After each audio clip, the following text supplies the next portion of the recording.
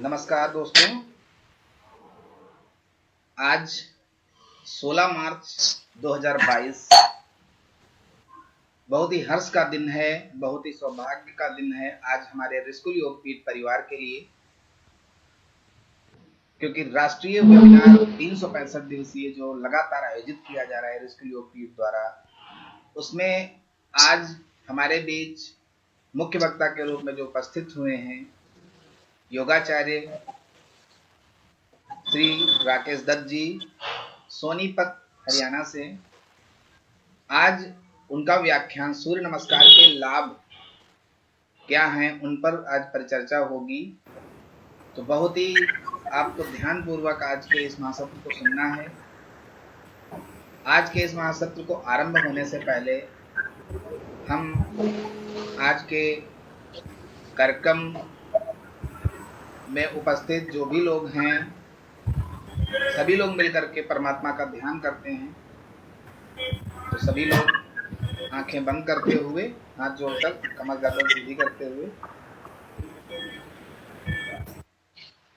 गजाननं भूतगणाधिसेवितं कपित्थजम्बूफलचारुभक्षणं उमासुतं शोकविनाशकारकं नमामि विघ्नेश्वर पादपङ्कजम्।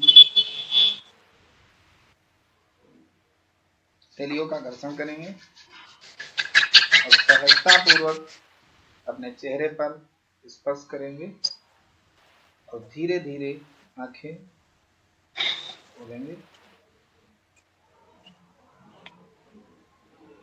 आज हमारे बीच उपस्थित मुख्य वक्ता सोनीपत हरियाणा से श्री राकेश दत्त जी, जो शारीरिक शिक्षक कार्यरत हैं अभी, और गुरुकुल कांगड़ी विश्वविद्यालय से इन्होंने योग शिक्षा ग्रहण की है और इस तरीके कई वर्षों का अनुभव इस कार्य क्षेत्र में करते हुए आज ये सौभाग्य प्राप्त हुआ है हमारे ऋषिकुल योगपीठ परिवार को कि आज उनके मुखाबिंदु से हम सभी लोग सूर्य नमस्कार, जो आसनों का राजा कहा जाता है, जो सभी के लिए करना सुलभ रहता है, जो करते हैं उन्हें उसका बहुत सारा लाभ मिलता है, शारीरिक मानसिक हर तरीके का। तो आज उस पर बहुत ही अच्छी परिचर्चा होने जा रही है। तो मेरी गुजारिश बस यही है कि सभी लोग बिल्कुल ध्यानमग्न होकर जुड़े रहें और इस ऋषिकुल योगपीठ के फेसबुक लाइव चैनल को लगातार शेयर भी करते रहें, ताकि बहुत सारे लोगों को ये जो है जानकारी प्राप्त हो सके, सबको लाभ मिल सके। तो अब मैं आमंत्रित करूंगा हमारे बिहार स्टेट कोऑर्डिनेटर अनुपम कुमार जी को कि वो आए और श्री राकेश दत्त जी का स्वागत व अभिनंदन करें और उसके बाद कार्यक्रम को आरंभ करें। धन्यवाद। सभी को हमारा नमस्कार। मेरा नाम अनुपम कुमार, ऋषिकुल योगपीठ बिहार का कोऑर्डिनेटर हूँ और ऋषिकुल योगपीठ के 365वें नेशनल वेबिनार में आज 139वां महासत्र में राकेश दत्त सर का बहुत बहुत स्वागत है, जो सर हरियाणा सोनीपत के रहने वाले हैं। और आज सर का टॉपिक है सूर्य नमस्कार और शुभ नमस्कार और उसके बारे में उसके लाभ आपको बताएंगे सर। तो चलते हैं डॉक्टर दत्त सर के पास और आज के व्याख्यान के बारे में हम लोग जानेंगे। तो सर आपका स्वागत है। नमस्ते सर, आपका धन्यवाद। जितने भी सुनने वाले हैं उन सबका स्वागत। और जैसा अभी देवांश जी ने बताया कि इनका सौभाग्य है, ये सौभाग्य सर आपका नहीं है, सौभाग्य मेरा है कि आप लोग इतना अच्छा मंच जो प्रोवाइड कर रहे हैं और अलग अलग प्रतिभाएं यहाँ पे आ रही हैं और एक अच्छा संदेश जो है आप अपने इस योग पीठ परिवार से जो है पहुंचा रहे हैं जन जन तक। तो आप बधाई के पात्र हैं और सौभाग्य हमारा है कि हम भी इस जो यज्ञ में एक छोटी आहुति का काम कर रहे हैं। तो पुनः आपका आभार देवांश शुक्ला जी, अनुपम कुमार जी और एक हमारे योग परिवार की सदस्य हैं जिन्होंने परिचय कराया था और उनके ही माध्यम से मैं यहाँ हूं। मैं उनका भी जरूर धन्यवाद करना चाहूंगा। मैडम रमावत जी हैं कि उनके कारण ये संभव हो पाया है, वही हमें जोड़ने वाली कड़ी है।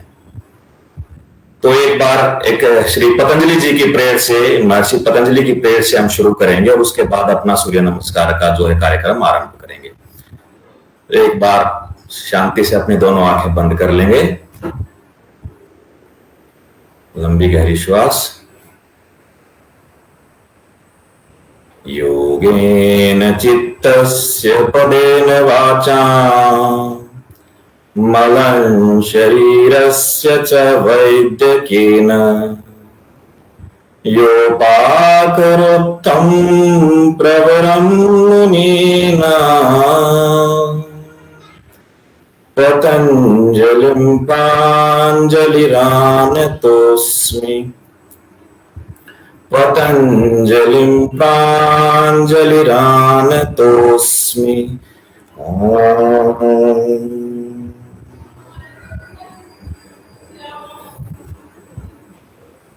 तो इस प्रार्थना के माध्यम से महर्षि पतंजलि को हम आभार प्रस्तुत करते हैं, अपने दोनों हाथ जोड़ के, जिन्होंने चित्त की शुद्धि के लिए योग, भाषा की शुद्धि के लिए व्याकरण और शारीरिक मूलों की शुद्धि के लिए आयुर्वेद हमें दिया।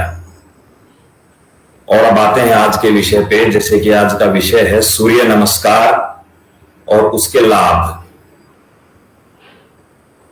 सूर्य नमस्कार क्यों हमें करना चाहिए, क्यों हम करते हैं, क्या इसके लाभ हमें हो सकते हैं, ये आज का हमारा टॉपिक रहेगा। और इसकी शुरुआत में एक संस्कृत के श्लोक से करना चाहूंगा। एक संस्कृत का श्लोक हम बचपन से ही सुनते आए हैं, अभिवादनशीलस्य नित्यं वृद्धोपसेविने चत्वारि तस्य वर्धन्ते आयु विद्या यशो बलम। कि जो अपने बड़े बूढ़ों, अपने पिता, अपने चाचा, काका, ताऊ, इनका नित्य प्रति नमस्कार करते हैं, अभिवादन करते हैं, इनकी सेवा करते हैं, उनकी चार चीजें आयु, विद्या, यश और बल, ये बढ़ जाती हैं। तो हम कह सकते हैं कि जब एक पिता अपने परिवार का संरक्षण करता है और उस पिता के प्रति, अपने बड़ों के प्रति जब हम आभार व्यक्त करते हैं, तो उससे हमारी ये चार चीजें बढ़ती हैं। आभार क्यों व्यक्त करते हैं? क्योंकि वो हमारा संरक्षक है, हमारा पालक है, हमारा पोषण करता है।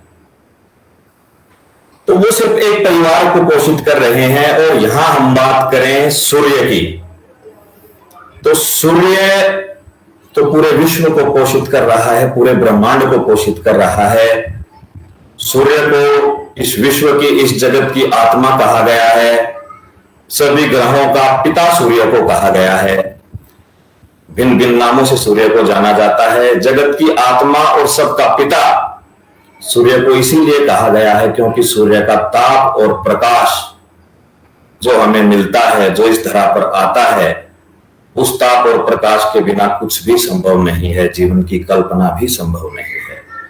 उस सूर्य के ताप और प्रकाश के बिना ना तो कोई जीव जंतु उत्पन्न हो सकता, और अगर उत्पन्न भी है तो उस प्रकाश के बिना हम उसके विकास की कल्पना नहीं कर सकते। आमतौर पे हम अपने चारों ओर देखते भी हैं कि जिन प्रदेशों में, जिन प्राणियों पे, जिन जीव जंतुओं पे, जिन वृक्ष पे, पेड़ पे, पौधों पे सूर्य का प्रकाश, सूर्य की किरणें पर्याप्त मात्रा में पहुंचती हैं, वो खूब फलते हैं, फूलते हैं, विकसित होते हैं। और जिनको सूर्य की किरणें पर्याप्त मात्रा में नहीं मिल पाती, वो जल्द ही समाप्त हो जाते हैं। इसी कारण से, इसी बात को ध्यान में रखते हुए हमारे भारतवर्ष के पुराने मनीषियों, ऋषियों ने पहले ही इस बात को जान लिया था। तो प्राचीन काल से ही सूर्य के गुणों को भारतवर्ष स्वीकारता आया है। और इसीलिए हम वैदिक काल से ही देखते हैं कि सूर्य की उपासना भिन्न भिन्न पद्धतियों से, अलग अलग व्यवस्थाओं से हम करते ही आ रहे हैं, हमारे पूर्वज करते ही आ रहे हैं। जैसे हम सूर्य को अर्घ्य देते हैं या सूर्य को नमन करते हैं, हवन यज्ञ के द्वारा सूर्य की उपासना करते हैं, तो भिन्न भिन्न पद्धतियां हैं। और सूर्य के प्रकाश से हमें सिर्फ गर्मी ही नहीं मिलती, सूर्य का प्रकाश हमें निरोग, दीर्घायु, बुद्धिमान भी बनाता है। वेद शास्त्रों में बताया भी गया है, नमः सूर्याय शांताय सर्व रोग विनाशते आयु आरोग्यम ऐश्वर्यम देहि देव नमोस्तुते। कि उस सूर्य देव को हम नमस्कार करते हैं, नमन करते हैं, जो हमें शांति प्रदान करता है, हमारे सभी रोगों को नष्ट करता है, हमारा आयु बढ़ाता है, आरोग्य प्रदान करता है, ऐश्वर्य देता है। तो इस प्रकार हम उस सूर्य भगवान को हाथ जोड़कर नमन करते हैं। अब देखने की बात यह है कि जब इतनी सारी चीजें, आयु, विद्या, यश, बल, ये सारी चीजें जीवन के पालन पोषण के लिए, अपना प्रकाश, अपना ताप जब हम सूर्य से प्राप्त कर रहे हैं, तो निश्चित ही हमारा कर्तव्य बनता है कि हम सूर्य देव को अपना आभार प्रकट करें, धन्यवाद करें। और उस आभार और धन्यवाद प्रकट करने के लिए ही इस देश में सूर्य की उपासना, सूर्य को नमस्कार करना, सूर्य की पूजा करना, यह प्रथा प्राचीन काल से चली आ रही है। और बात सिर्फ भारत की ही नहीं है, भारत के अलावा रोम, जापान, मिस्र, यूनान आदि बहुत सारे देश हैं जिन्होंने सूर्य को एक देवता के रूप में स्वीकार किया है।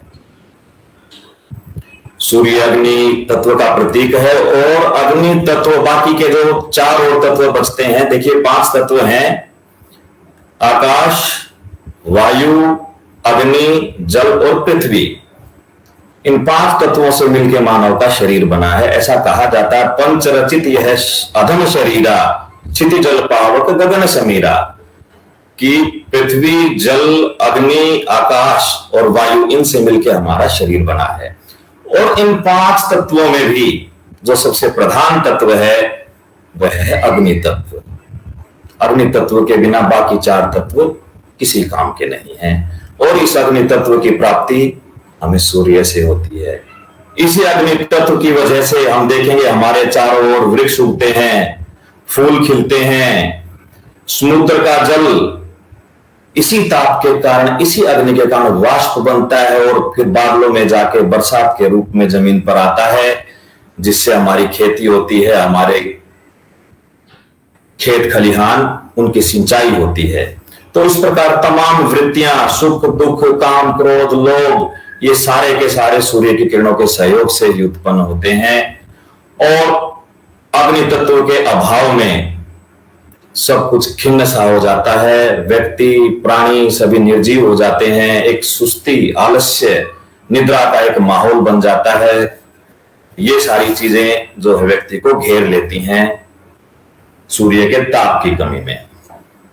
तो इसलिए यहां से महत्व स्पष्ट होता है कि क्यों हमें सूर्य नमस्कार करना चाहिए और क्यों हम करते आ रहे हैं। अब बात आती है, जो हम 12 चरण वाला सूर्य नमस्कार का एक यौगिक अभ्यास करते हैं, कि उस यौगिक अभ्यास की शुरुआत कहां से हुई, कैसे हुई। इसकी तो चर्चा हो ही गई कि शुरू से ही हमारे पूर्वज जो सूर्य की उपासना करते आ रहे हैं भिन्न भिन्न माध्यमों से। उसके बाद जैसे जैसे समय बीतता गया, इस सूर्य की उपासना के ढंग भी बदलते गए।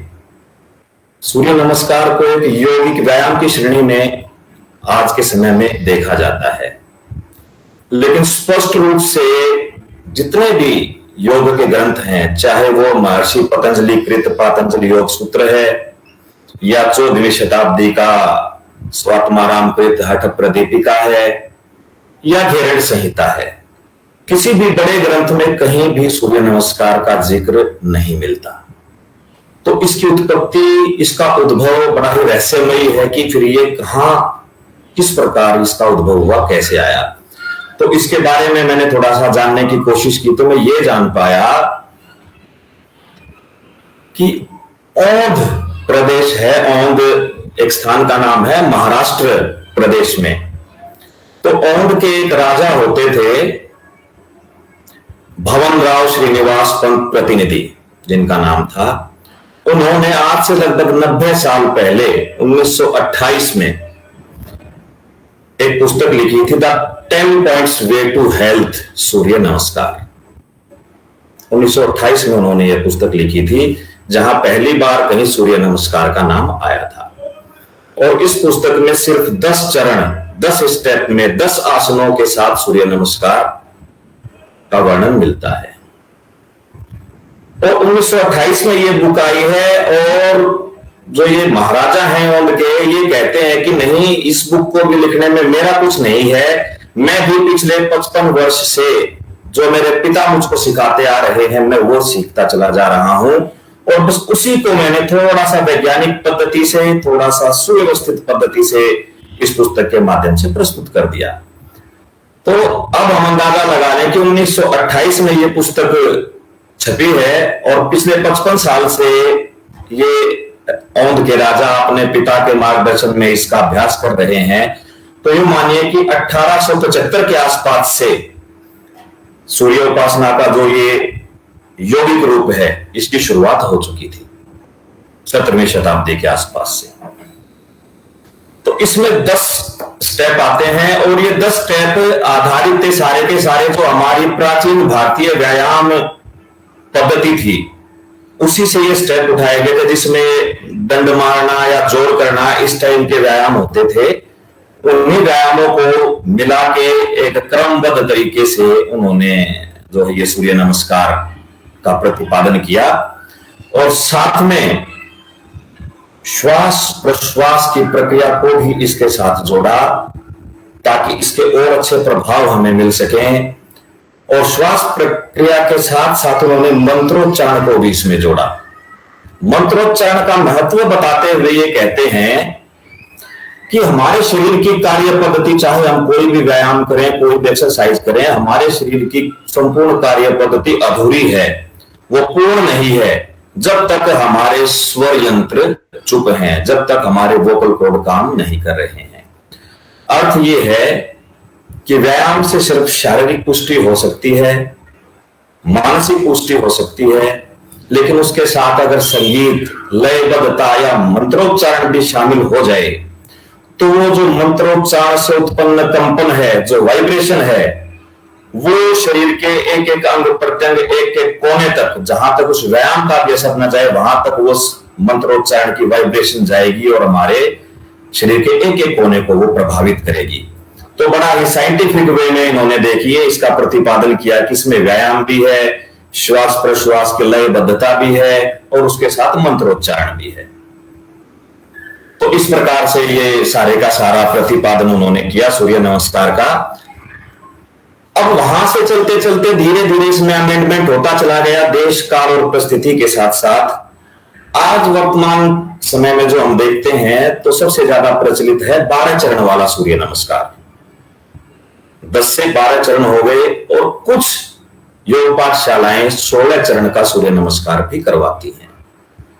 अब वो 16 चरण का क्यों करवाते हैं उस पर भी हम चर्चा करेंगे कुछ समय के पश्चात। तब तक हम यहां आते हैं 12 चरण वाले सूर्य नमस्कार पे, जो सबसे ज्यादा प्रचलित है। तो ये 12 चरण का जो सूर्य नमस्कार है, इसके अंदर 12 आसनों को स्थान दिया गया है। आसन तो 7 ही हैं, 7 के बाद 5 पहले वाले ही इसमें रिपीट हो जाते हैं। और प्रत्येक आसन को जब हम करते हैं, उसका अभ्यास करते हैं, तो हर आसन के साथ एक मंत्र भी दिया गया है। तो इस प्रकार 12 मंत्रों का उच्चारण भी हम आसन के साथ साथ करते हैं ताकि शारीरिक के साथ साथ मानसिक और आध्यात्मिक लाभ भी हमें मिले। लेकिन एक थोड़ा सा मैं यहां बताना चाहूंगा कि वर्तमान समय में क्या हो गया, हम देखते भी अपने चारों ओर कि बड़ा इस योग को भी जोड़ना पड़ा, प्रतिस्पर्धा से जोड़ दिया गया। हम दिन में कई बार डेली सुनते हैं कि आज सूर्य नमस्कार की ये प्रतियोगिता है, योगासनों की ये प्रतियोगिता है, और जो है आज हम 100 सूर्य नमस्कार करेंगे, 75 करोड़ करेंगे, इतने करेंगे। तो ये प्रतिस्पर्धा मेरे हिसाब से ठीक नहीं है, इससे हमें बचना चाहिए, क्योंकि योग एक आध्यात्मिक विषय है और आध्यात्मिक दौड़ बाहर नहीं होती, आध्यात्मिक दौड़ अंदर की तरफ होती है। और प्रतिस्पर्धा होती है भौतिक दौड़ में, जब हम बाहर जगत के साथ प्रतिस्पर्धा करते हैं। लेकिन जब विषय हमारा अपने अंदर की तरफ जाना है तो वहां प्रतिस्पर्धा नहीं होनी चाहिए, क्योंकि योग विषय आत्मदर्शन का है, प्रदर्शन का नहीं। हमने किसी को कुछ नहीं दिखाना, हमने स्वयं को देखना है। तो इसलिए बहुत ज्यादा प्रतिस्पर्धा में नहीं जाना चाहिए। और इस सूर्य नमस्कार के जितने भी चरण हैं, जिनका हम अभी आगे वर्णन करेंगे, इसको बड़े सिस्टमैटिकली वे में करना चाहिए, जैसे बताया है वैसे करना चाहिए। अगर भाग दौड़ में हम इसको करेंगे, कंपटीशन के भाव से करेंगे, तो जो इसका सही लाभ हमें होना चाहिए, हम उससे वंचित रह जाएंगे। और सिर्फ वंचित ही नहीं रह जाएंगे, ऐसा भी हो सकता है कि वो लाभ तो मिले ना मिले, लेकिन उसकी हानियां हमें जरूर हो जाएं। तो एक छोटी सी पीपीटी के माध्यम से मैं दिखाना चाहूंगा कि सूर्य नमस्कार के 12 स्टेप कौन कौन से हैं और किस प्रकार हमें उन्हें करना चाहिए।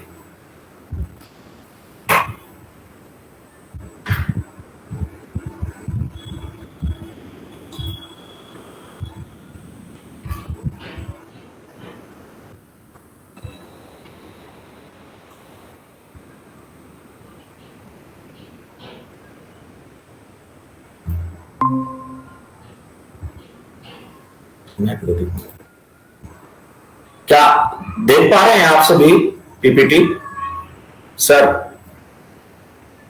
जी बिल्कुल। हाँ ठीक है, ठीक। तो सूर्य नमस्कार जो है 12 अभ्यास है सूर्य नमस्कार के अंदर, जिसका प्रथम अभ्यास है प्रणामासन, और इसके अंदर जो मंत्र है वो है ओम मित्राय नमः, और अनाहत चक्र पे हमें ध्यान देना है। जैसा कि इस तस्वीर में दिख भी रहा है, हमने दोनों हाथों को जोड़ के सीधे खड़े हो जाना है, श्वास प्रश्वास पे ध्यान रखना है, अनाहत चक्र अपने हृदय चक्र पे ध्यान रखना है। तो यह पहला आसन है। इसके बाद दूसरा आसन है हस्तोत्तानासन, यह है दूसरी स्थिति। इसमें जो मंत्र है वो है ओम रवे नमः।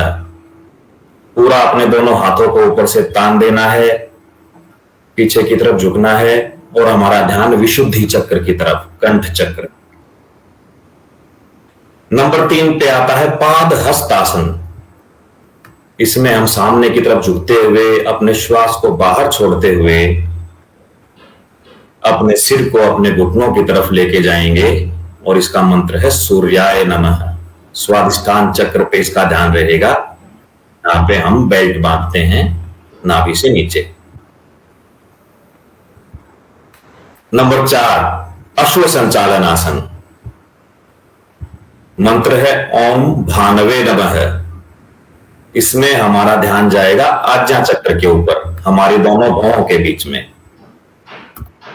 5वां आसन है पर्वतासन। ओम खगाय नमः। विशुद्धि चक्र पे ध्यान रहेगा। फिर पे है अष्टांगासन। इसका मंत्र है ओम पूष्णे नमः। इस प्रकार से अष्टांग, इसमें हमारे 8 अंग जमीन को छुएंगे। पैर के दोनों पंजे, दोनों घुटने 4, दोनों हथेलियां 6, हमारी ठुड्डी 7 और 8वां हमारा सीना। ये हमारे अंग जमीन को छुएंगे। तो ये है अष्टांग आसन। उसके बाद नंबर 7 पे है भुजंग आसन। इसका मंत्र है ओम हिरण्यगर्भाय नमः। स्वादिष्ठान चक्र पे हमारा ध्यान रहेगा।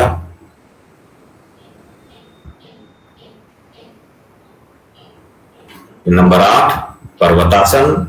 ओम मारीच्ये नमः। विशुद्धि चक्र। नंबर 9 अश्व संचालन आसन। इसका मंत्र है आदित्याय नमः।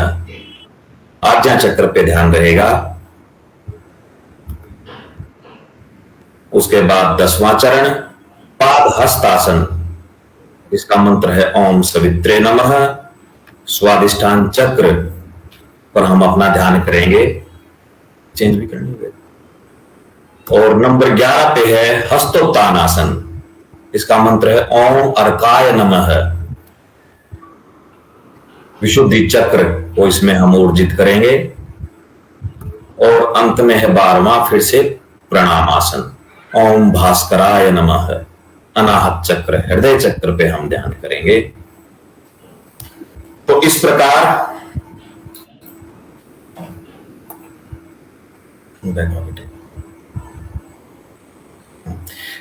हमने देखा, क्योंकि बहुत सारे जो लोग जुड़े हुए हैं, हो सकता है कि कुछ को सूर्य नमस्कार का ना पता हो। वैसे तो बहुत सारों को पता होगा, बड़ी प्रचलित चीज है, लेकिन फिर भी हमने इस एक प्रेजेंटेशन के माध्यम से दिखाना चाहा ताकि स्थिति स्पष्ट हो जाए। तो ये 12 स्टेप हैं, और इनमें हर एक स्टेप में हम मंत्र का उच्चारण करते हैं, और उस मंत्र के उच्चारण के साथ अपने श्वास और प्रश्वास की प्रक्रिया को ध्यान में रखते हुए हम ये अभ्यास जब करते हैं 12 चरण का, तो ये हमारा शारीरिक, मानसिक, बौद्धिक, आध्यात्मिक मतलब संपूर्ण व्यायाम सूर्य नमस्कार है। जैसा सर ने भी बताया था, देवांत जी ने, कि आसनों का राजा इस व्यायाम को कहा जाता है। तो आसनों का राजा इसीलिए है ये क्योंकि इस अकेले के अंदर बहुत सारी खूबियां हैं।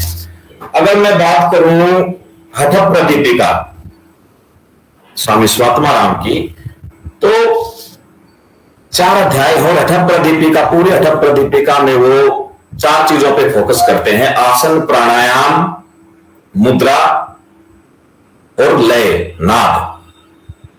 आसन का मतलब आसन करना, जो हमारे सूर्य नमस्कार में शामिल है। प्राणायाम, श्वास प्रश्वास के ऊपर ध्यान करके श्वास प्रश्वास के प्रति सजग रहना। तो इसमें प्राणायाम वाले पोर्शन की भी पूर्ति हो जाती है, क्योंकि जब हम इसमें आगे झुकते हैं तो श्वास को छोड़ते हैं, पीछे जाते हैं तो श्वास को भरते हैं। हर एक चरण जो है बड़ा लयबद्ध है और श्वास प्रश्वास का ध्यान रखते हुए हम इसको करते हैं। नंबर 3, मुद्रा। मुद्रा आसन और प्राणायाम का मिश्रित रूप है। अब जब हम सूर्य नमस्कार को होल्ड के साथ, रुक के, बगैर जल्दी के, एक एक पोजीशन में, एक एक चरण पे हम 1 मिनट, 1.5 मिनट या 2 मिनट रुक के जब हम करते हैं तो वो मुद्रा का रूप ले लेता है। और अंत में है लय की बात, लय योग, नाद। तो जब हम मंत्रोच्चारण करते हैं सूर्य नमस्कार के 12 आसनों के साथ, 12 मंत्रों का, तो एक नाद और एक लय भी हमारे अंदर उत्पन्न होती है। तो इस प्रकार हम कह सकते हैं कि अलग अलग जो 8 प्राणायाम बताए गए, 15 आसन इसमें बताए गए, मुद्राएं बताई गई, तो वो सारे लाभ अकेला एक सूर्य नमस्कार हमें दे सकता है। अब वो लाभ क्या हो सकते हैं? अगर हम आसन के लाभ की बात करें तो हठ प्रदीपिका बोलती है, हठस्य प्रथमं त्वादासनम पूर्वमुच्यते कुर्यात् तदासनम स्थैर्यम आरोग्यम चांगलाघवम, कि हठ योग का प्रथम अंग आसन है और उसको करने के क्या लाभ हैं? स्थैर्यम आरोग्यम च अंगलाघवम, हमारे शरीर में स्थिरता आती है, आरोग्यता आती है और हमारे शरीर के अंगों में हल्कापन आता है। तो ये सारे लाभ हमें सूर्य नमस्कार के इन 12 चरणों से मिल सकते हैं। आगे चले, घेंड संहिता में बताते हैं आसन के बारे में, आसनेन भवे दृढ़म, हमारा शरीर दृढ़ होता है। तो जो लोग अपने शरीर को दृढ़ करना चाहते हैं, मजबूत और बलशाली बनाना चाहते हैं, उनके लिए भी सूर्य नमस्कार एक उपयुक्त और सर्वोत्तम साधन है। महर्षि पतंजलि जी ने तो बहुत पहले ही बता दिया, स्थिर सुखम आसनम, कि यह आसन ही है जिससे हम स्थिरता प्राप्त कर सकते हैं और सुख की प्राप्ति कर सकते हैं।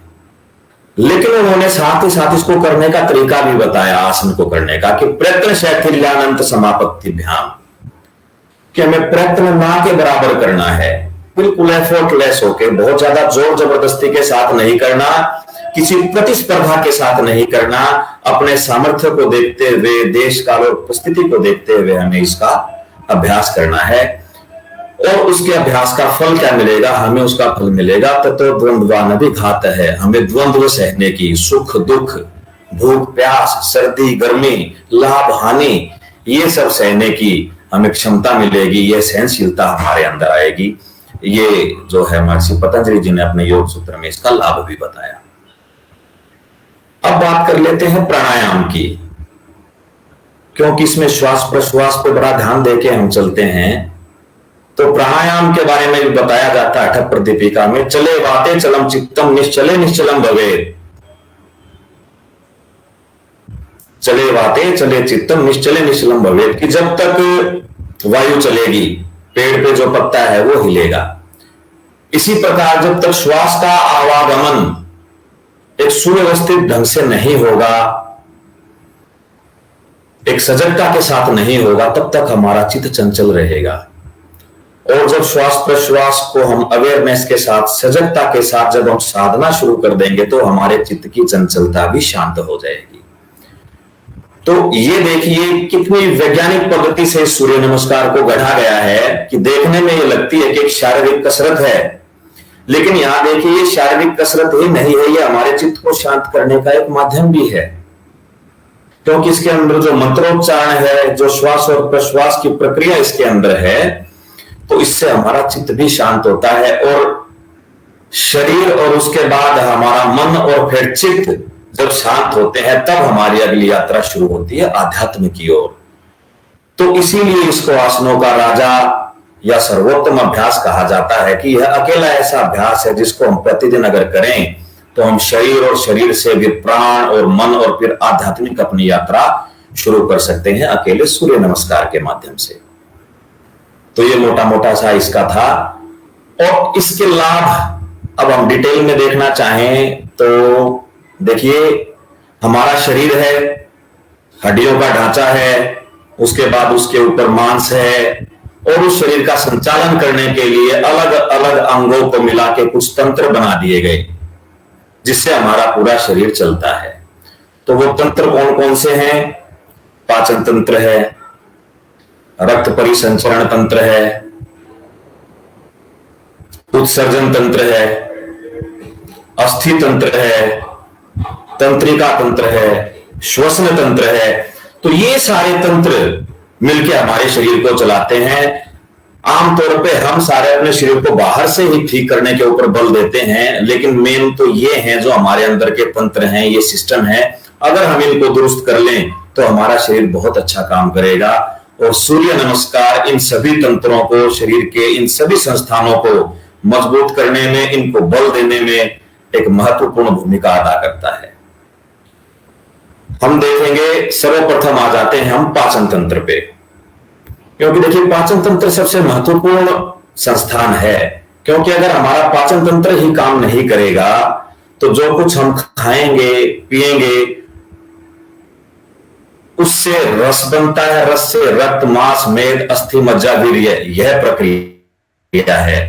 लेकिन जब उस खाए पिए आहार का पचन पाचन ही सही नहीं होगा, उसके चयापचय करने वाला जो संस्थान है वही ठीक से काम नहीं करेगा, तो फिर ये पूरा शरीर काम ही नहीं कर पाएगा, इसको काम करने की ऊर्जा ही नहीं मिलेगी। तो जब सूर्य नमस्कार हम करते हैं तो हम देखेंगे कि जैसे ही हम हस्तोत्तान आसन करते हैं, नंबर 2 की स्थिति वाला, जब हमारे दोनों हाथ ऊपर जाते हैं तो हमारा उदर क्षेत्र, उसके अंदर खिंचाव आता है। हमारी छोटी आंत और बड़ी आंत उनमें खिंचाव आता है, उनकी एक ऑटोमेटिक ढंग से एक मसाज उनको मिलती है। और जो हमारे पेट के अंदर अमाशय है, हमारा यकृत, लीवर है, अग्नाशय है, इन सब अंगों में खिंचाव आता है। और खिंचाव आने के कारण इनमें एक कंपन, एक वाइब्रेशन उत्पन्न होता है, और वो वाइब्रेशन इन सभी अंगों को पुष्ट करता है। तो जब हम ऊपर हस्तोत्तान में गए तो खिंचाव आया, और जब तीसरे स्टेप पाद हस्तासन में नीचे गए, जब हमने हाथों को जमीन से लगाया और अपने सिर को घुटने की तरफ लेके गए, अपनी छाती को घुटने की तरफ लेके गए, तो हमारे इन सभी अंगों पे अब खिंचाव की बजाय दबाव आया। तो इस खिंचाव और दबाव से हमारे ये सारे अंग अच्छी तरह से एक्टिवेट होते हैं। हमारे अग्नाशय ने जो कुछ रस स्रावित करने होते हैं वो अच्छे से इनको स्रावित कर पाता है।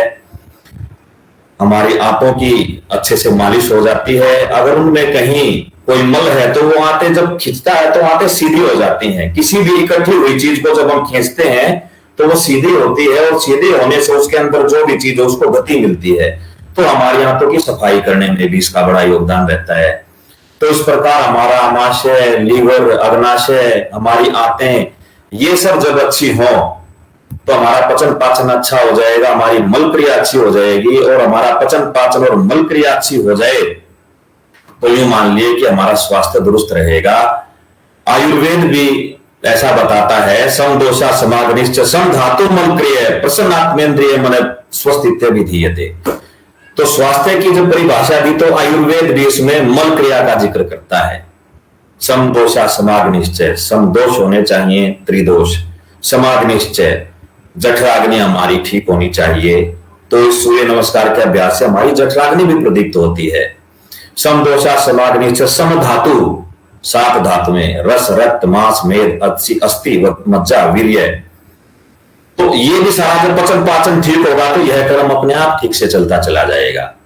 और उसके बाद बताया मल क्रिय है, हमारे उत्सर्जन की क्रिया भी अच्छी होनी चाहिए, मलोत्सर्जन की। तो ये सारे का सारा जो एरिया है ये हमारे सूर्य नमस्कार के, ये हस्तोत्तान आसन है, पादहस्तासन है, भुजंगासन है, ये आसन इस पूरे एरिया को कवर कर लेते हैं और हमारा पाचन संस्थान मजबूत रहता है। और जिसका पाचन संस्थान मजबूत है उस व्यक्ति को कोई रोग नहीं लगेगा, वह निरोगी रहेगा, क्योंकि कोई भी बीमारी सबसे पहले हमारे उदर प्रदेश से, हमारे पेट से ही शुरू होती है।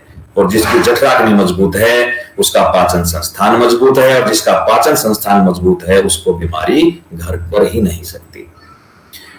अब यहां भी ऐसा लगता है कि शारीरिक बीमारियों की बात है, लेकिन मैं बता दूं जिनका पाचन संस्थान अच्छा नहीं है, अवसाद और मानसिक बीमारियां भी एक हद तक इसी कारण से होती हैं। जब पाचन अच्छा नहीं होगा तो आपका पूरे दिन, आपका मूड, आप प्रफुल्लित नहीं रहेंगे, प्रसन्न नहीं रहेंगे, और उस प्रसन्न ना रहने से, प्रफुल्लित ना रहने से जो एक विक्षोभ हमारे अंदर उत्पन्न होता है, एक खिन्नता हमारे अंदर उत्पन्न होती है, वही जाके अवसाद का भी रूप आगे धारण कर लेती है। अगले संस्थान पे चलते हैं। अगला है रक्त परिभ्रमण संस्थान। अत्यंत आवश्यक संस्थान है।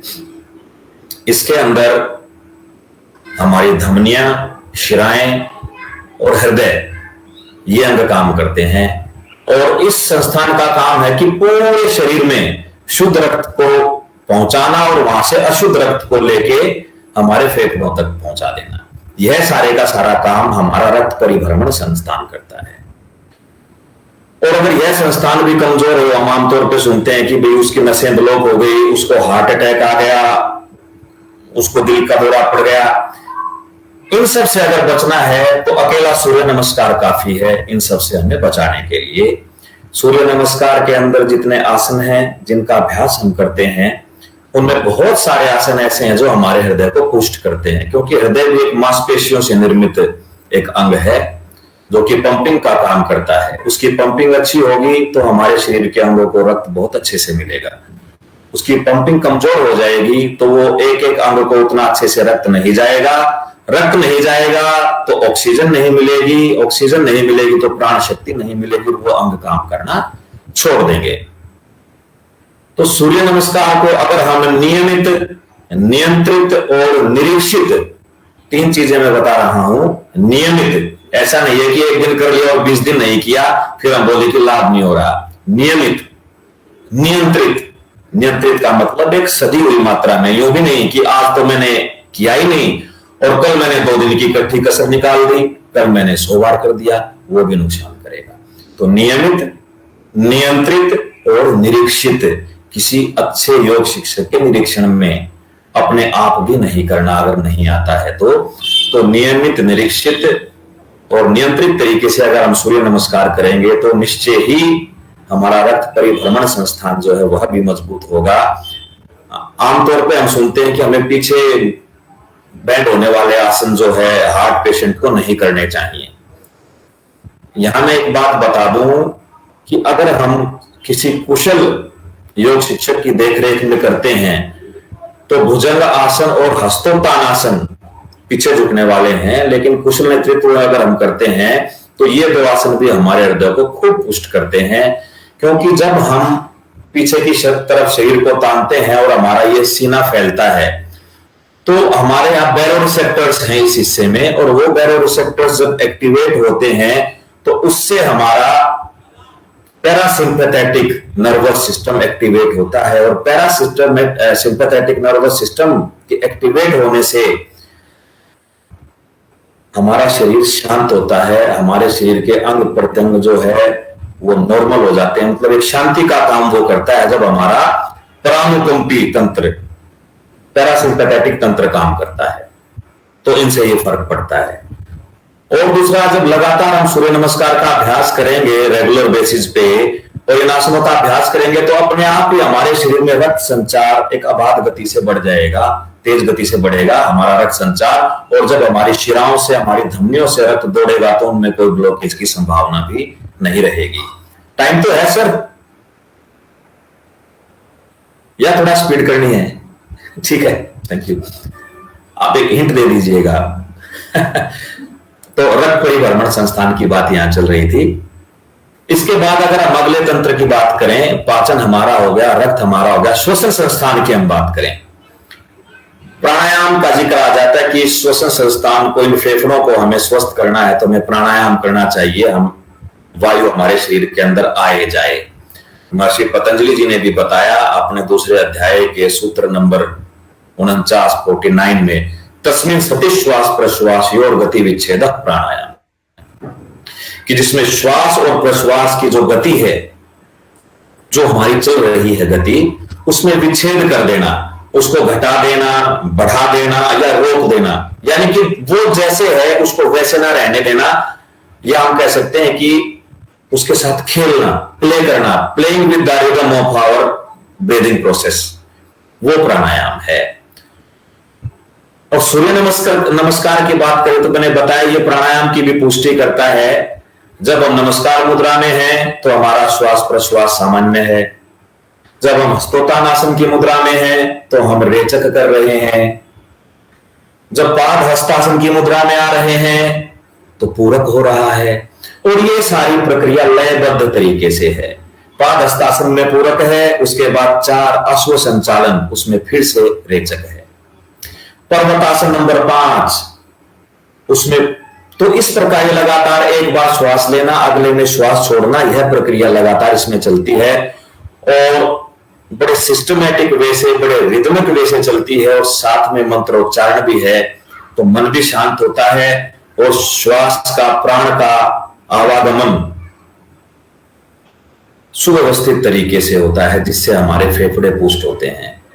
और मैं यहां बता दूं, आमतौर पे क्या होता है, लंग्स का तो सभी को पता है, लेकिन हम अपने लंग्स को 3 हिस्सों में बांटते हैं,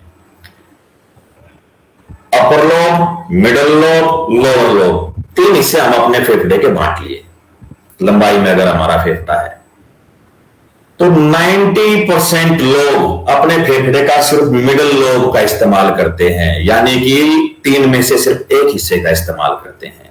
उसके 2 लोब, अपर लोब और लोअर लोब, उनका यूज ही नहीं होता और यूज ना होने के कारण ना तो उनको शुद्ध ऑक्सीजन मिल पाती और ना ही उनमें रुके हुए विजातीय तत्व बाहर निकल पाते। और धीरे धीरे हमारा जो लंग्स है, हमारे जो फेफड़े हैं, वो सिर्फ 33% ही काम करते हैं, बाकी का जो बच गया वो काम ही करना बंद कर देते हैं।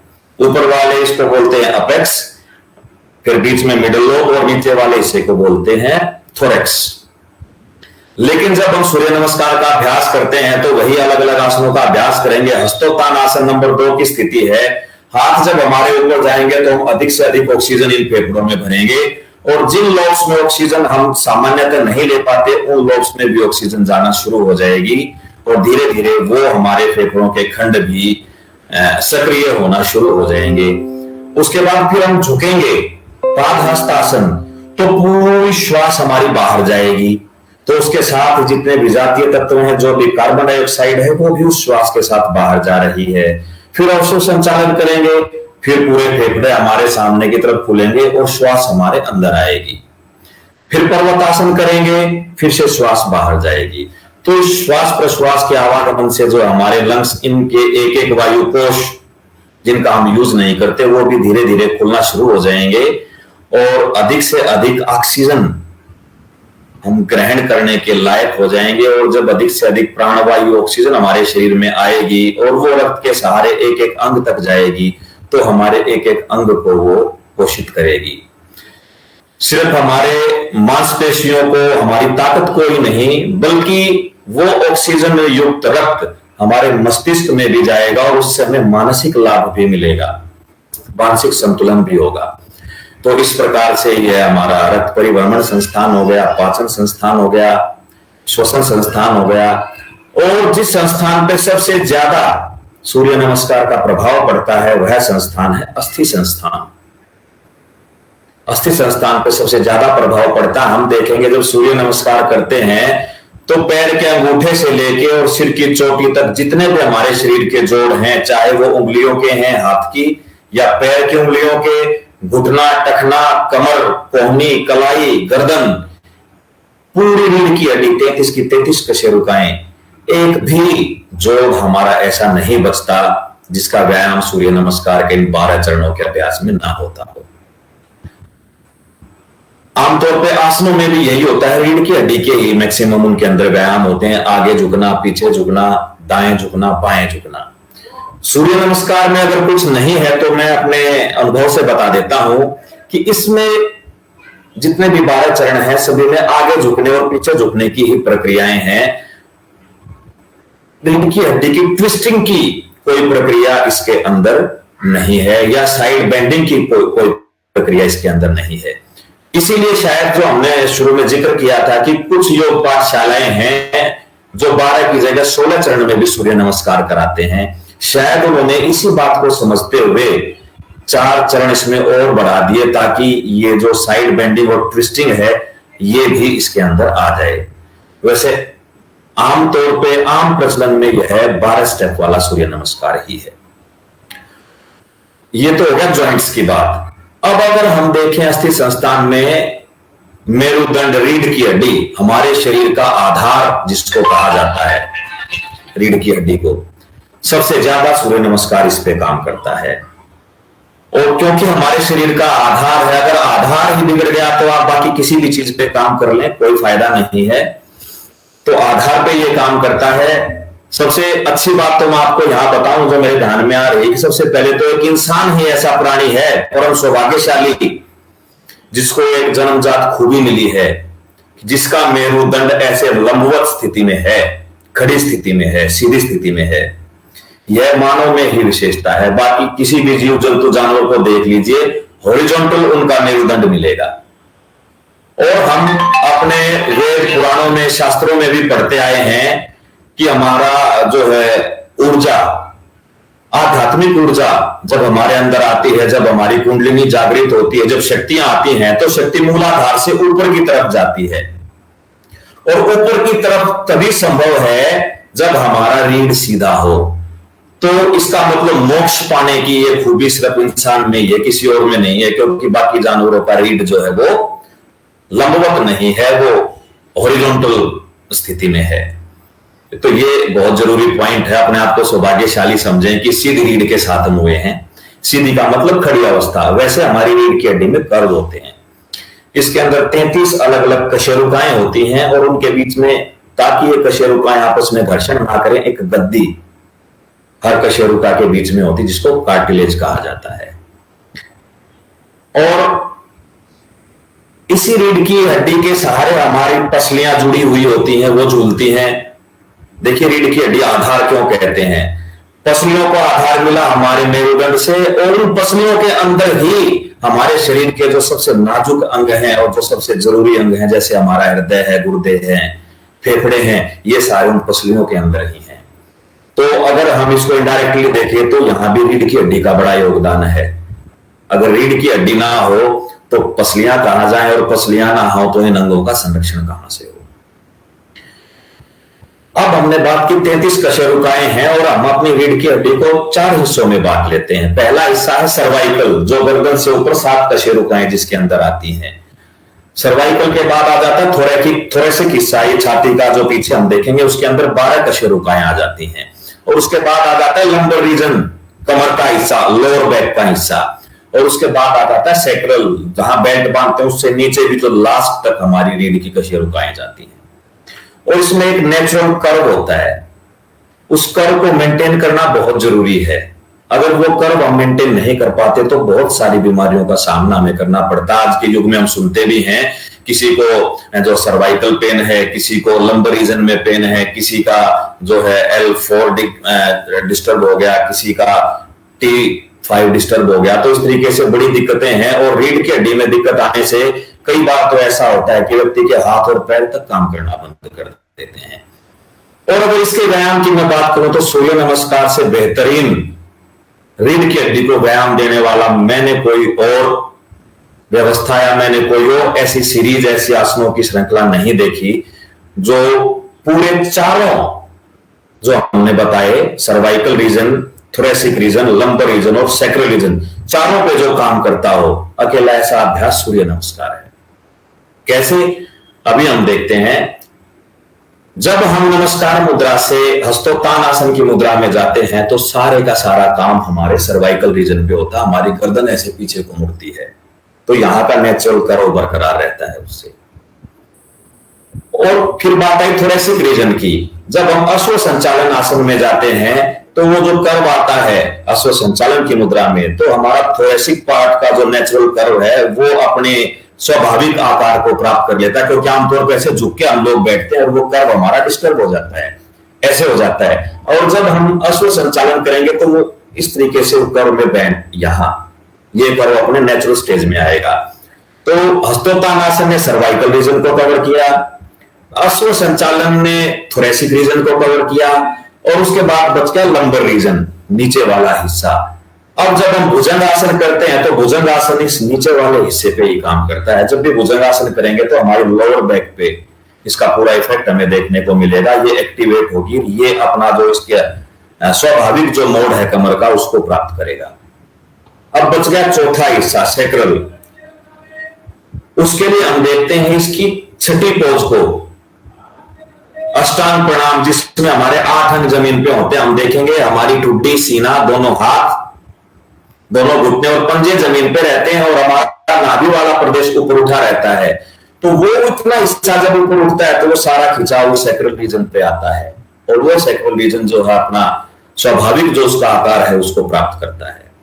तो इस प्रकार कहा जा सकता है कि अकेले सूर्य नमस्कार का अभ्यास अगर हम सही ढंग से कर लें तो हमारी पूरी रीढ़ को मजबूत करता है, उसको पूरा सही आकार प्रदान करता है, और जिसकी रीढ़ मजबूत है वो सारा ही मजबूत है। क्योंकि जैसे आसनों में सूर्य जो है आसनों का राजा है, उसी प्रकार अगर हमारे शरीर का आधा या शरीर का राजा अगर कोई पूछे तो वो रीढ़ की हड्डी है। और रीढ़ की हड्डी से ही जब हम आध्यात्मिक दिशा में भी जाएंगे तो जो हमारा चक्रों का भेदन है, जब शक्ति ऊपर उठेगी तो वो भी इस मेरुदंड के माध्यम से ही ऊपर की तरफ जाएगी। और जब तक ये मेरुदंड मजबूत नहीं होगा, सुव्यवस्थित नहीं होगा, तो वो उस शक्ति के रास्ते में बाधा उत्पन्न होगी और उस आध्यात्मिक विकास की और जो है हमें जाने में दिक्कत होगी। तो इस प्रकार हम कह सकते हैं कि सूर्य नमस्कार जो है हमारे शारीरिक, मानसिक, सामाजिक भी हमने जोड़ दिया, क्योंकि जब हम शारीरिक, मानसिक और आध्यात्मिक रूप से ठीक हैं तो अपने आप ही समाज में भी हम अच्छा योगदान कर पाएंगे। तो शारीरिक, मानसिक, सामाजिक और आध्यात्मिक रूप से हर कोण से जो है हमें प्रभावित करता है, हमें लाभान्वित करता है, हमें लाभ देता है। तो मोटा मोटा हमने बता दिया, वैसे तो उस पर कितनी ही चर्चा कर लें हम, एक एक चीज पे भी की जा सकती है, लेकिन समय की भी सीमाएं हैं और मुझे लगता है कि मैं पहले ही शायद ज्यादा समय ले गया हूं, क्षमा चाहूंगा। तो इस प्रकार अंत में मैं यही कहना चाहूंगा कि अकेला मात्र सूर्य नमस्कार का अभ्यास भी अगर हम कर लें, हमारे पास बहुत कम समय है, दिन में हम 2 राउंड भी सूर्य नमस्कार के कर लें, लेकिन नियमित करने हैं। ये नहीं कि एक दिन कर लिया, एक दिन छोड़ दिया, एक दिन मैंने 10 राउंड कर लिया, अगले दिन किए नहीं। उससे बेहतर है कि मैं 2 राउंड आज कर लूं, 2 कल कर लूं। एक दिन भूखा रह जाऊं और एक दिन मैं 4 आदमियों का खाना खा लूं, उससे बेहतर है कि मैं रोज 1 रोटी ही खा लूं। तो नियमित करें, चाहे थोड़ा करें, निरीक्षित, किसी की देख रेख में करें। ऐसा ना हो कि हम अपने आप करने के चक्कर में गलत कर बैठे, और नियंत्रित करें, अपने सामर्थ्य के अनुसार करें। इस प्रकार जब हम करेंगे तो निसंदेह चौंकाने वाले लाभ हमें मिलेंगे, और इन लाभों को वो ही जान सकता है जिसने ये अभ्यास किया हो। सिर्फ इनको सुन लेने से आनंद आएगा, मजा आएगा कि अरे वाह ऐसा भी होता है, लेकिन वो क्षण भंगुर मजा ही है। वो ऐसा ही मजा है जैसे गर्म तवे पे एक पानी की बूंद पड़ जाए और वो की ध्वनि के साथ खत्म हो जाती है, वो इतना ही मजा है, लेकिन लाभ हम नहीं ले सकते। तो लाभ के लिए मैं बताऊं, महर्षि पतंजलि का भी एक सूत्र है योग दर्शन का, सतुदीर्घ काल निरंतर या सत्कारा सेवितो दृढ़ भूमि ही। किसी भी चीज में दृढ़ भूमि होने के लिए, परफेक्शन पाने के लिए, एक ग्राउंड मजबूत करने के लिए 3 चीजों का होना बहुत जरूरी है अभ्यास के दौरान। वो 3 चीजें हैं, सतुदीर्घ काल, अभ्यास हमारा लंबे समय तक होना चाहिए। ये नहीं कि 1 महीना करके या 10 दिन करके मैं सोचूं कि लाभ क्यों नहीं हुआ। लंबे समय तक, वर्षों तक का अभ्यास फल देता है। दीर्घकाल निरंतर, अब वो लंबा अभ्यास लेकिन निरंतर या निरंतर, नियमित, डेली रूटीन में, सही समय पे। और दीर्घकाल निरंतर सत्कारा से भी, तो सत्कार भाव के साथ, आदर के साथ, श्रद्धा के साथ। क्योंकि आप कोई भी काम कर लें, कोई बच्चा है जैसे हम देखते हैं पढ़ता है, कोई खिलाड़ी खेलता है, उसके बावजूद भी उसको अच्छा फल नहीं मिलता। क्यों नहीं मिलता? क्योंकि कहीं ना कहीं सारा सब कुछ पुरुषार्थ करने के बाद भी उसको फल नहीं मिल रहा, तो शायद उसकी श्रद्धा में कहीं कमी है, किसी काम को जबरदस्ती हमें थोप दिया जाए तो शायद हम उसको अच्छे से नहीं कर पाएंगे और उसके लाभ नहीं ले पाएंगे। इसलिए दीर्घकाल अभ्यास और निरंतर अभ्यास के साथ हमारी श्रद्धा भी होनी जरूरी है, क्योंकि जिस काम में हमारी श्रद्धा हो जाएगी, पूरी श्रद्धा भाव के साथ जिस काम को हम करना शुरू कर देंगे, निसंदेह ही फिर हम उसको नियमित भी करेंगे, निरंतर भी करेंगे, और नियमित निरंतर जब वो अभ्यास होगा तो उसके लाभ भी हमें मिलेंगे, अवश्य ही मिलेंगे। तो बस अंत में मैं यही कहना चाहूंगा कि आप सूर्य नमस्कार का जो है नियमित, नियंत्रित, निरीक्षित इसका अभ्यास कीजिए, लंबे समय तक कीजिए, श्रद्धा के साथ कीजिए और देखिए आपके जीवन में क्या क्या परिवर्तन आते हैं। और इससे आगे तो यही है कि आप करेंगे तभी इन परिवर्तनों का पता लगेगा। मेरी तरफ से इतना ही, और आज मुझे यहाँ इस मंच पर मौका देने के लिए ऋषिकुल योगपीठ का बहुत बहुत आभार, धन्यवाद, नमस्ते।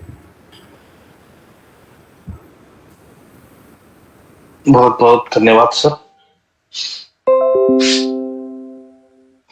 बहुत बहुत धन्यवाद श्री राकेश दत्त जी को।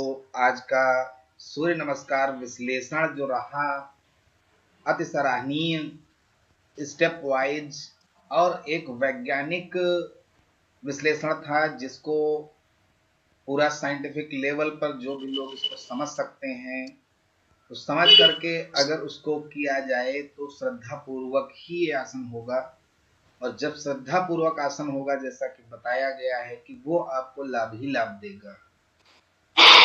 खासकर 11 वर्ष की उम्र के बाद अगर जो बच्चे अपनी पढ़ाई के लिए, अपने एजुकेशन को और अच्छा मजबूत करने के लिए, अपना मन लगाने के लिए, कह लीजिए स्थिर मन बनाने के लिए, आपको उन बच्चों को जरूर आसन करना चाहिए सूर्य नमस्कार, क्योंकि ये आपको शारीरिक और मानसिक दोनों आपको जो है लाभ देता है। और इसके साथ ही आज खैर समय सत्र के अनुसार ज़्यादा हो चुका है, लेकिन जब सत्र अच्छा होता है तो समय ज़्यादा भी पता नहीं चलता है। और बहुत अच्छा विश्लेषण, इसके लिए बहुत सारे अच्छे कमेंट्स आए हैं हमारे दोस्तों के, हमारे जो दर्शक हैं जो लगातार जुड़े रहते हैं। और उनमें से ये भी कहा जा रहा है कि इसका प्रचार प्रसार जोरों से करना चाहिए, क्योंकि लोगों में अभी भी अज्ञानता है सूर्य नमस्कार को लेकर के। वो अज्ञानता दूर हो सकती है अगर आज के हमारे इस सत्र को लोग देखेंगे, समझेंगे, तो निश्चित है कि वो पूरी फुल नॉलेज ले लेंगे इस सत्र से। तो मैं गुजारिश करूंगा कि फेसबुक चैनल के माध्यम से हमारे इस सत्र को जरूर देखें। और आइए चलते हैं श्री राकेश दत्त जी के पास, शायद उनके पास कोई सजेशन है। एक पॉइंट छोटा सा रह गया, मैं बता रहा था ना सर कि ये बोलते बोलते कई बार चीजें निकल जाती हैं। एक महत्वपूर्ण पॉइंट ये है कि ये जो आजकल दौड़ चली हुई है ना कि इतने सूर्य नमस्कार कर देने इतने, तो वो जो इसका सिस्टम है ना उसको ताक पे रख के चल रही है। जब हम 108 सूर्य नमस्कार करेंगे या 200 करेंगे तो वो बहुत ज्यादा गति के साथ करेंगे, और बहुत ज्यादा गति के साथ कर देने से जो है ना हम इसके लाभों से वंचित हो जाते हैं।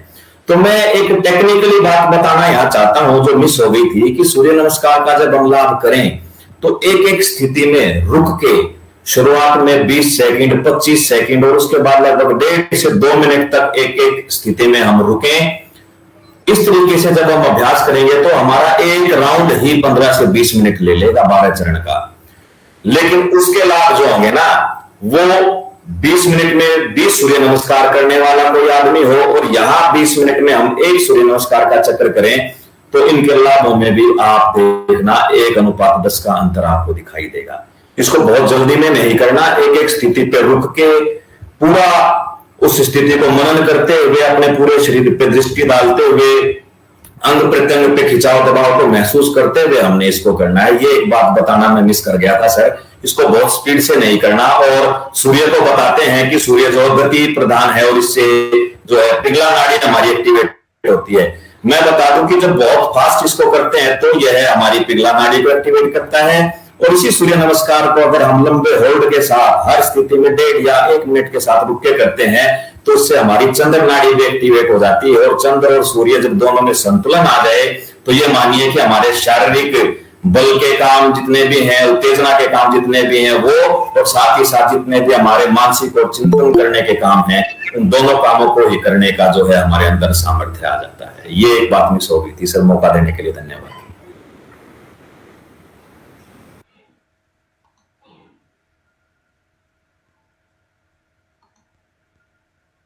जी बहुत अच्छा, और पूरा विश्लेषण सराहनीय रहा। और बस मैं यही गुजारिश करूंगा कि जो लोग भी आज के इस महासत्य से जुड़े हैं या बाद में हमारा वीडियो देखते हैं, तो वो इसको मैक्सिमम शेयर करें ताकि बहुत सारे लोगों तक ये ज्ञान पहुंच सके। क्योंकि ज्ञान को अगर हम लोग प्रचारित और प्रसारित करेंगे तभी वो बढ़ेगा। इस पद्धति को सब लोग मिल करके हम लोग फॉलो करते हैं और हम लोग इस पर कार्य करते रहेंगे। यही सबसे सच्ची सेवा और समाज सेवा है। आज के इस महासत्र को हम लोग यहीं पर विराम देंगे। उससे पहले हम अनुपम कुमार जी को आमंत्रित करेंगे कि वो आएँ और श्री राकेश दत्त जी का धन्यवाद प्रेषित करें और आज के इस कार्यक्रम को विराम देने के लिए शांति पाठ कराएं। धन्यवाद।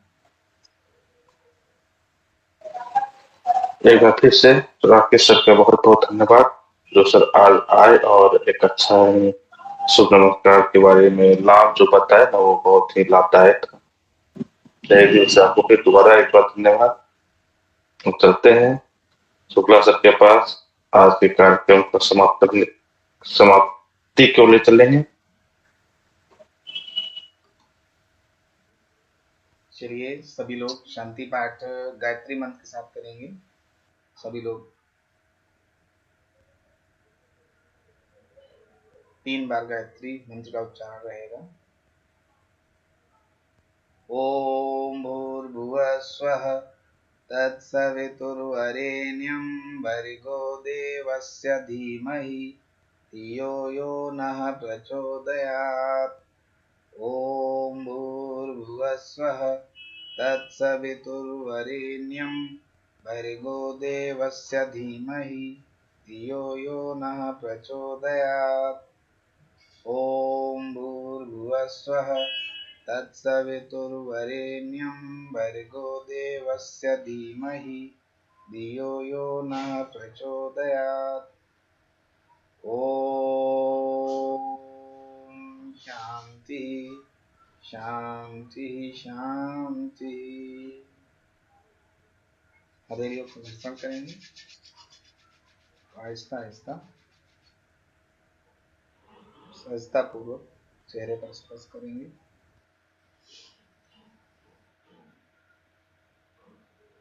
अति सराहनीय आज का सत्र। पुनः धन्यवाद श्री राकेश दत्त जी को और पुनः आमंत्रण आगे नए विषय के साथ। और आज के इस कार्यक्रम को हम यहीं विराम देते हैं। नमस्कार सर।